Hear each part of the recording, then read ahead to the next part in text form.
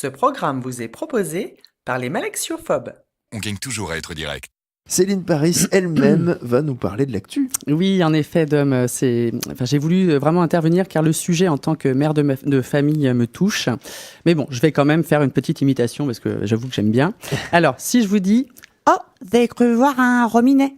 Vous pensez à Ça ressemble Titi. à Titi dans Titi Gros Minet. Et non, perdu. C'est la phrase qu'a dû prononcer cette petite poitevine de 9 ans, victime d'atteinte sexuelle. Alors oui, vous allez me dire « Oh non, pas encore une chronique sur la sexualité ». Et certains penseront certainement que j'ai un problème avec le sujet. Alors rassurez-vous, tout va bien pour moi de ce côté-là. Puisque, comme dirait l'adage, ce sont ceux qui en parlent le plus qui en font le moins. Bon, je vous resitue les faits donc. En février dernier, un médecin du CHU de Poitiers entre en contact avec un autre couple, poitevin, échangiste, via un site internet. Ils échangent d'abord des mails, puis leur numéro de téléphone, et enfin quelques formalités, disons, plus conviviales. Et par la suite, le couple propose de louer leur fillette au médecin. Et ce dernier, qu'est-ce qu'il fait, hein ?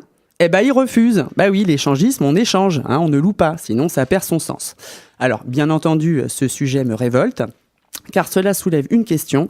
Depuis quand les enfants sont autorisés à participer aux soirées d'adultes ? Non mais attends, un peu de temps pour nous s'il vous plaît, hein ? Emmener ses enfants à des soirées libertines, c'est sûr qu'à un moment donné, on va se faire déranger pour l'emmener faire pipi. Mais non mon chéri, maman peut pas, elle aide déjà le monsieur, tu vois bien. Mais bon, non mais sérieux, ils connaissent pas les Nintendo, PS4 et compagnie, ces gens-là ? C'est parfait pour être tranquille.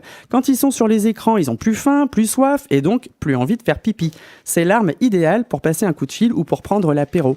Et si vraiment tu sens que la soirée peut, sur un malentendu, devenir un peu plus coquine, eh ben tu t'organises. Tu les envoies chez leur père. Ah non, c'est scandaleux, hein. Quand je pense à toutes ces femmes qui prennent soin de leur corps, de leur alimentation, qui font du sport pour rester désirables, alors déjà qu'il fallait mentir sur son âge, mais là, se faire passer pour une gamine de 9 ans, ça va être compliqué quand même. Donc non, pas d'enfants aux soirées coquines, non. L'un engendre l'autre, et ça suffit, hein, pas besoin d'en rajouter. Ou alors quoi, on les emmène au casino tant qu'on y est, on leur donne le droit de fumer des clopes et de boire de l'alcool ? Non, nous on a attendu 18 ans avant de pouvoir être libres, alors ils vont attendre aussi, hein, le syndrome de l'enfant roi, ça a ses limites quand même, enfin je pense. Ouais, cette affaire, elle a quand même permis de mettre le doigt sur une affaire de mœurs. C'est un mauvais jeu de mots, Dom, ça, non ? Non, en même temps, c'est toi qui écris mes relances, donc... C'est vrai, c'est pour ça que c'est moyen. Mais oui, en effet, ça nous a permis d'apprendre qu'il y avait des amateurs d'échangisme sur Poitiers, ou encore au CHU, je ne le savais pas. Pourtant, croyez-moi, j'y suis allé plusieurs fois au CHU, hein, et je n'ai malheureusement jamais constaté un tel comportement de la part du personnel médical.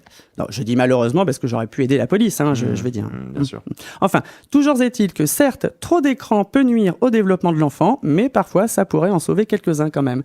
Alors peut-être est-il bon de rappeler que ce qui est réservé aux plus de 18 ans se passe entre adultes consentants. Sinon, on se réfère à cet autre adage bien connu qui m'est cher, on n'est jamais mieux servi que par soi-même.